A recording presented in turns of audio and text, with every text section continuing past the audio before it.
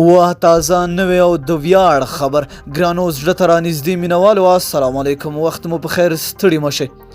د آسیایي لوبډلو ایمرجنګ جام کې افغانستان خپله دریمه لوبه د سریلانکا ایمرجنګ لوبډلې سره ترسره کړه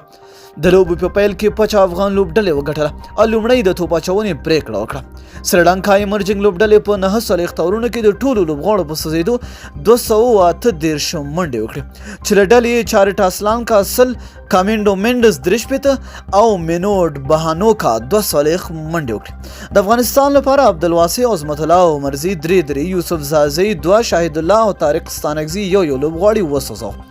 د 239 منډو هدف افغانستان ایمرجنګ لوبډلې په 4 تورونو کې د 3 لوبغاړو په سوځېدو پوره او په 7 وکټې د سریلانکا ایمرجنګ لوبډلې ته ماته ورکړه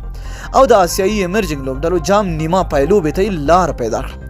افغان توپ وهونکو کې شاهد الله په زړه پورې توپ وهنه ترسره او 102 ناسوځېدلې منډې وکړې همداراز درویش رسولي 1 او عبدالمالک 40 منډې وکړې چې د افغان لوبډلې په بریا کې مهم رول ولوباوه د سریلانکا لپاره کالانا پریرا او چارټا اسلانکا یو وکټه ترلاسه کړه د لوبې د غوره لوبغاړي جایزه شاهد الله ترلاسه کړه د یادولو ده چې افغانستان ایمرجنګ لوبډلې په خپله لومړۍ لوبه کې له پاکستان ایمرجنګ لوبډلې ماته خوړلې وه او په دویمه لوبه کې د عمان ایمرجنګ لوبډلې ته په 9 وکټو ماتې ورکړې وه نو ډېره مینه او مننه چې ویډیو مو راسره تر پایه ولیدله که خوښه شوې مو در سره لایک یې کړئ او د خپلو دوستانو سره یې شریکه کړئ تر بیا او بلې ویډیو د الله په امان